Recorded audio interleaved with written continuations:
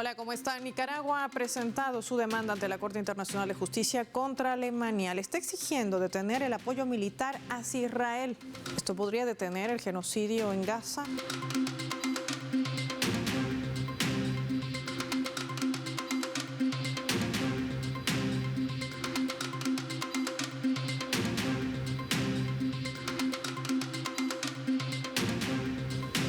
Les proponemos desplegar nuestro mapa y revisar datos importantes para entender qué antecedente marca jurídico el inicio de esta demanda Nicaragua versus Estados Unidos. Vamos a identificar en nuestro mapamundi a esta nación, Nicaragua, este país, que ha logrado además una sentencia histórica. Aquí se lo contamos. Antes de la década de los 70, en el contexto político de Nicaragua, respondía a los intereses de Estados Unidos, como ejemplifica la primera foto de la izquierda, el presidente Richard Nixon con el dictador nicaragüense del momento, Anastasio Somoza, de baile. Pero el 9 de abril de 1984, todo ese panorama iba a cambiar. Surgía la revolución sandinista. Ahí iniciaba un precedente histórico. La demanda de Nicaragua a Estados Unidos ante la Corte Internacional de Justicia, sí, ante ese máximo tribunal de Naciones Unidas, la cual en una de sus causas expresaba: los Estados Unidos de América hacen uso de la fuerza militar contra Nicaragua e intervienen en sus asuntos internos en violación en su soberanía, de su integridad territorial y de su independencia política, así como en los principios más fundamentales y universales reconocidos en el marco del derecho internacional. Por esa razón, por ese alegato, Nicaragua solicitaba a esta Corte que declarase que los Estados Unidos había reclutado, entrenado, equipado, financiado y dirigido acciones militares y paramilitares contra Nicaragua, violando así su soberanía con tanques armados, violaciones del espacio aéreo, también marítimo, coerción e intimidación del gobierno legítimo, infringiendo la libertad de los mares e irrumpiendo también el comercio pacífico, matando, hiriendo y secuestrando a ciudadanos nicaragüenses. En la foto del centro vemos al presidente de Estados Unidos, Ronald Reagan, con un dirigente de los contras, llamados así el doctor Henry, frente a la Casa Blanca. Los contras, recordemos que eran los títeres de la CIA, un ejército controlado, armado, reclutado por Estados Unidos, quienes quemaban escuelas, casas, centros de salud, entre otras acciones criminales e injerencistas. Sin embargo, la sentencia llegó ese 27 de junio del año 1986. Fue a favor de Nicaragua, por eso se considera un fallo histórico. La Corte condenó al imperialismo norteamericano y su actuación guerrerista e intervencionista. La Corte Internacional de Justicia condenaba el minado de puertos comerciales, el financiamiento de estos grupos armados terroristas paramilitares en apoyo técnico, equipamiento, armas y asesinatos, todas las acciones que habían cometido contra la revolución sandinista. Un hecho que tiene un precedente jurídico importante en la historia y que podría ser quizás el fundamento principal para que hoy Nicaragua haya decidido demandar a Alemania por lo mismo, por ese financiamiento, por ese equipamiento militar y bélico que sigue masacrando a más de 37,000 gazatíes. Esto y más, justamente vamos a conversar con nuestro invitado, a quien recibimos en directo. Muchas gracias por invitarme, estoy muy contento de estar con ustedes y con su audiencia también. Nicaragua ha logrado justamente una sentencia histórica contra Estados Unidos. ¿Será esta o este precedente, en todo caso, el que impulsa a Nicaragua a demandar a Alemania por ese financiamiento bélico que realiza hacia Israel? ¿Cómo entender esta demanda? ¿Qué principios y conceptos atrae a Nicaragua para hacerlo ante esta Corte? Nuestra decisión es independiente de eso. Fue una coincidencia que llamamos la atención a ese hecho de que hace precisamente 40 años habíamos iniciado un caso con ciertos rasgos parecidos al que estamos iniciando ahora en contra de Alemania. No, la acción nuestra en contra de Alemania se debe únicamente a la barbaridad, a la masacre, al genocidio que está ocurriendo en Palestina.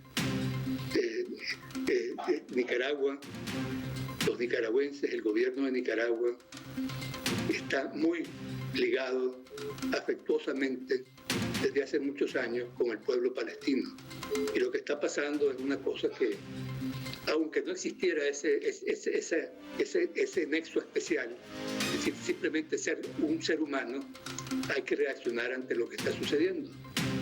Y la forma de reaccionar nuestra es en qué podemos contribuir con los palestinos. En una de las cosas que tenemos alguna experiencia es precisamente en este recurso a la Corte Internacional. Y por eso es que nosotros pensamos que era conveniente que usáramos esta experiencia que tenemos en favor de los palestinos, en favor para buscar la paz, que por lo menos pueda sobrevivir este pueblo que ha sido tan maltratado desde hace casi más de 75 años. Ahora, ¿el fallo que pueda emitir la Corte Internacional de Justicia podrá detener, cambiar en algo el rumbo de lo que ya vive Gaza, es decir, parar este genocidio? Para nosotros, lo que mantiene a Israel, digamos, haciendo lo que quiere hacer, que es lo que ha venido haciendo prácticamente desde que nació como Estado en 1948, de lo que ha venido haciendo Israel es precisamente porque cuenta con el apoyo de otros países, particularmente los países occidentales grandes y poderosos. Por eso nosotros consideramos que si esa ayuda que recibe de alguna manera se puede limitar o cortar, entonces la actitud de Israel tendrá que cambiar y adaptarse. En este asunto es particularmente, digamos, relevante el hecho de que Sudáfrica haya traído un caso en contra de Israel.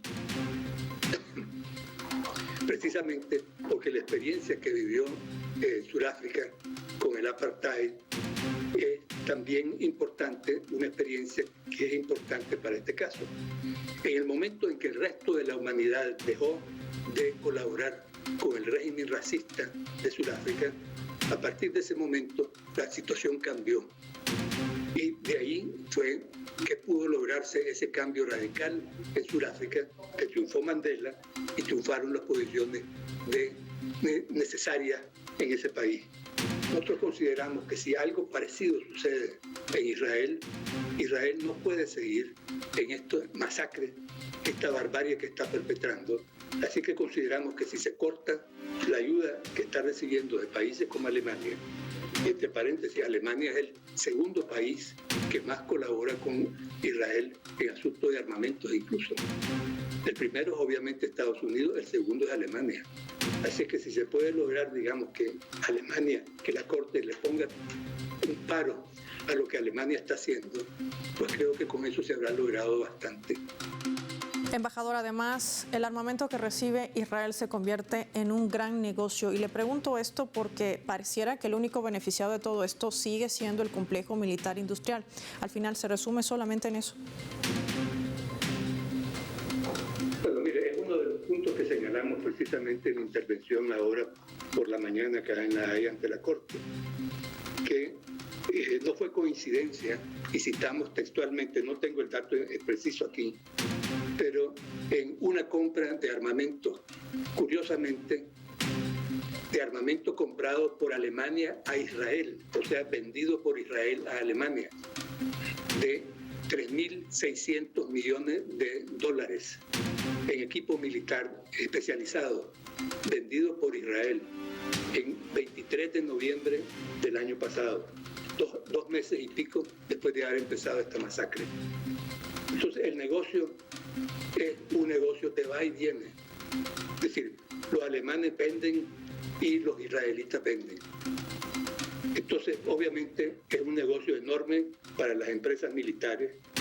Incluso citamos un dato que encontramos entre las investigaciones que estábamos haciendo, y todas las empresas militares habían demostrado ganancias en sus acciones después de todos estos eventos. Así que ciertamente, apartando el supuesto, digamos, sentido emocional que tiene Alemania supuestamente para ayudar por, digamos, lo que sucedió en la época de los nazis, que es lo que ellos dicen, la razón es particular, es una razón de Estado, dice Alemania, ayudarle a Israel. Pero, es decir, esa ayuda también, por debajo, también existe un enorme negocio, como usted estaba señalando, que es un negocio verdaderamente vergonzoso y sobre todo vergonzoso en esta situación, lo que está sucediendo actualmente. Vamos a marcar una pausa. Nosotros lo hacemos revisando nuestra escala y más adelante profundizamos este análisis.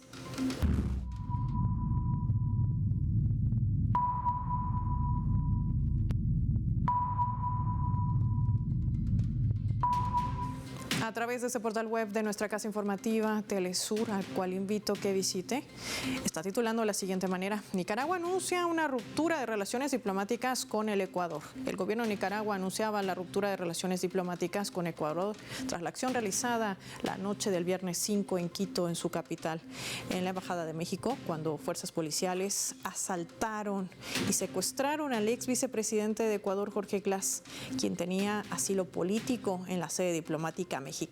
Ante esta insólita y repudiable acción realizada esta madrugada en Quito, decía el comunicado, por fuerzas que deberían resguardar el orden y la seguridad de los ciudadanos ecuatorianos y sus vidas, esta es nuestra postura contundente, enfática e irrevocable, que convertimos en nuestra decisión soberana de romper toda relación diplomática con el gobierno ecuatoriano. Así lo decía el país centroamericano por medio de un comunicado oficial, una condena internacional que no pudo dejar atrás ni siquiera el espaldarazo que recibe Daniel Noboa de Estados Unidos. Ya volvemos.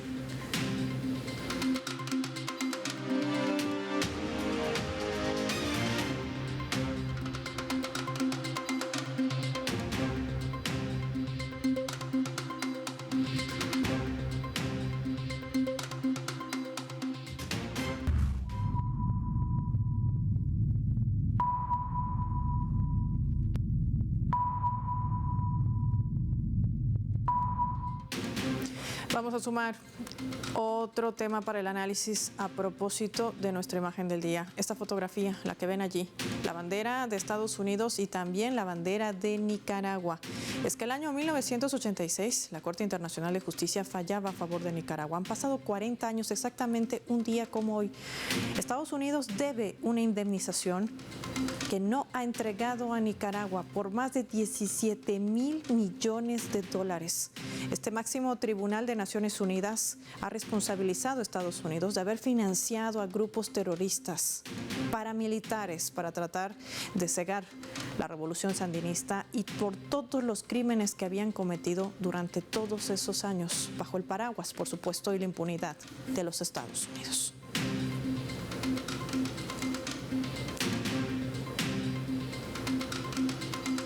Embajador, no solamente es la sentencia contra Estados Unidos y esta indemnización que además no resarce el país del norte. Están las sanciones, el bloqueo y el asedio permanente contra Nicaragua.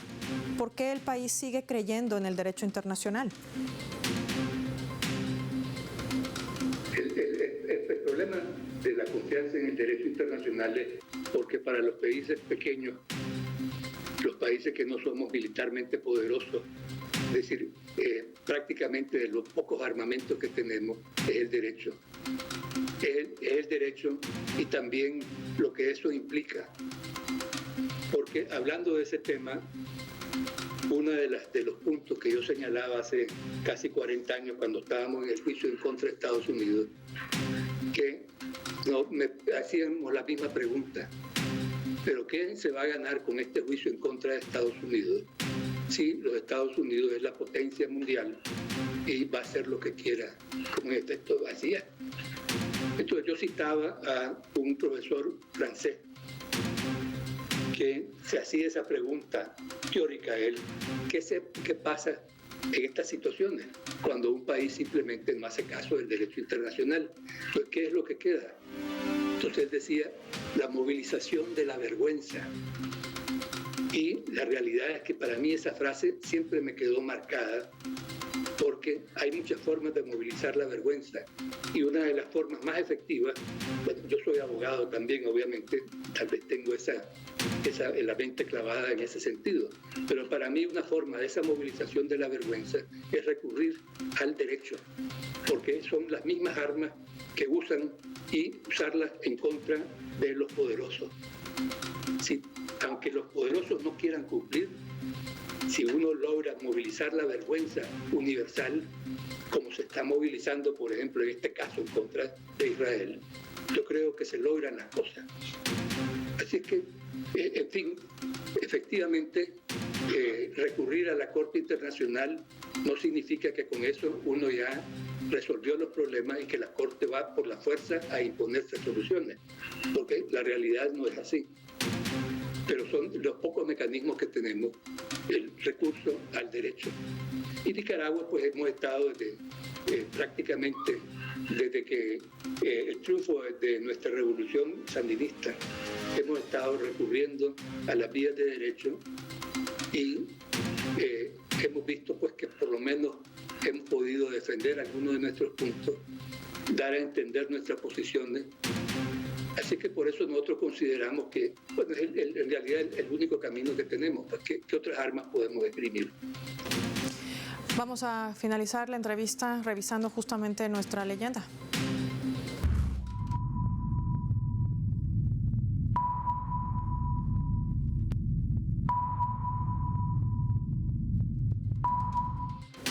Esto lo reseñaba el primer ministro de Israel, Benjamin Netanyahu, a propósito de todo lo que hace y maniobra dentro de Gaza.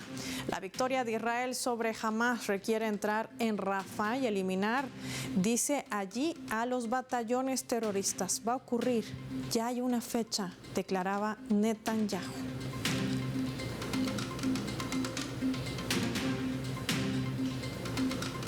Le preguntamos, doctor Carlos Argüello, Daniel Noboa, con el asalto a la embajada mexicana, ¿estará siguiendo las mismas líneas de Israel, es decir, desconociendo el derecho internacional? Francamente, es una cuestión que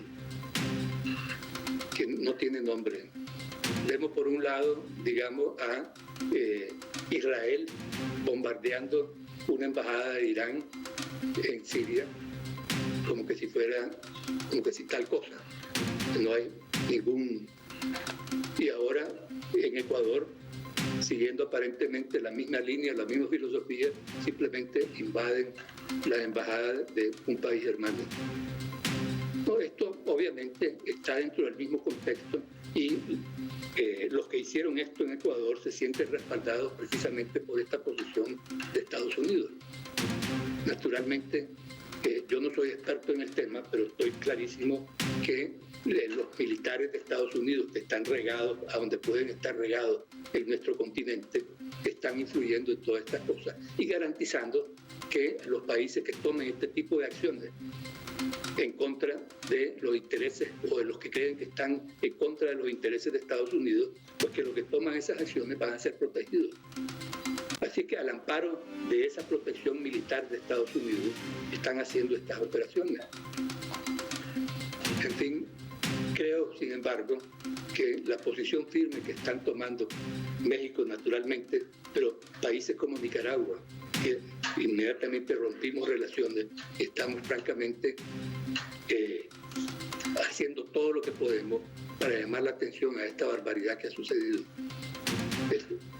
Es lo que nos queda por hacer y, como digo, pues los Estados Unidos y la gente que está respaldando a Estados Unidos está en una fase de desesperación. Todas estas cosas son inauditas y están sucediendo porque precisamente están ya llegando a la fase última. Queremos agradecer al representante de Nicaragua ante la Corte Internacional de Justicia, el doctor Carlos Argüello. Gracias por su tiempo para Telesur, doctor. No, muchísimas gracias por haberme invitado y a la orden siempre. Gracias. Gracias a usted por haber atendido nuestra invitación. Vamos a revisar a esta hora nuestra coordenada.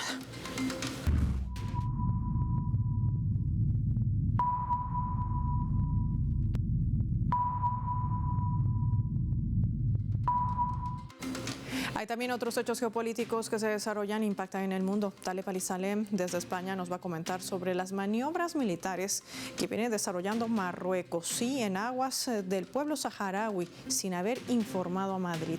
¿En qué queda entonces el acuerdo de pesca? Las maniobras militares que está llevando a cabo el ejército marroquí actualmente en aguas del Sáhara Occidental ocupado, muy cerca de las Islas Canarias, creo que tiene una relación directa con la sentencia del Tribunal Europeo que próximamente vamos a conocer y que básicamente invitará a cancelar todos los acuerdos que la Unión Europea tenga con Marruecos que incluyan el espacio marítimo saharaui o el espacio territorial saharaui, ya que este juzgado o este tribunal de la Unión Europea no considera que el Sáhara Occidental sea parte de Marruecos, como tampoco lo consideran las Naciones Unidas, ya que se trata de una cuestión de descolonización todavía pendiente de resolver. Estas maniobras que está llevando a cabo el ejército marroquí, yo creo que llevan dos mensajes muy claros, uno para la Unión Europea y el otro para España. El primero para la Unión Europea, Marruecos quiere, en ese proceso de huida hacia adelante y nerviosismo de no saber cómo reaccionar ante esta sentencia próxima que va a salir de los tribunales europeos, quiere mostrar una especie de soberanía sobre las aguas del Sáhara Occidental, territorio que ocupa de forma ilegal desde 1975. Y el segundo mensaje es un mensaje para España, país con el cual no tiene todavía una delimitación marítima debido a que la cuestión del Sáhara Occidental todavía no se ha resuelto. Marruecos tiene reclamos sobre las aguas territoriales de Canarias. Su Parlamento en el 2020 aprobó la propiedad de parte de las aguas territoriales canarias y Marruecos quiere, en una mostración de fuerza o en una demostración de fuerza, quiere mandar un mensaje a España de que esa delimitación que Marruecos ha decidido o ha aprobado es la válida para ellos, pero lamentablemente hasta la actualidad no hay ninguna respuesta por parte del Ministerio de Defensa o el Ministerio de Exteriores español, quien hasta la actualidad en esa alianza que nadie entiende con Marruecos ha restado importancia a estas maniobras. Agradecemos a Taleb Ali-Salem por haber participado en nuestra coordenada. Ahí estaban otros hechos geopolíticos que se desarrollan en el mundo y que no podíamos dejar de compartir aquí en el mapa. Ya para finalizar el programa, vamos a revisar nuestros vectores.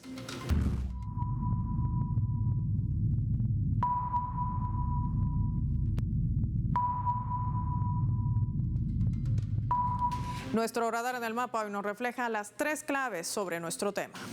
1. Genocidio. Nicaragua ha denunciado ante la Corte Internacional de Justicia a Alemania por seguir proporcionando apoyo militar al gobierno de Israel, el país europeo que viola la Convención sobre el Genocidio de 1948 y la orden de la Corte de tomar medidas posibles para prevenir el genocidio en Gaza. Si se logra cortar la ayuda que recibe Tel Aviv de países como Alemania, se podría frenar la matanza de gazatíes, que ya asciende a 37.000. Recordemos que 70% de ellos son niños y mujeres. 2. Negocio millonario.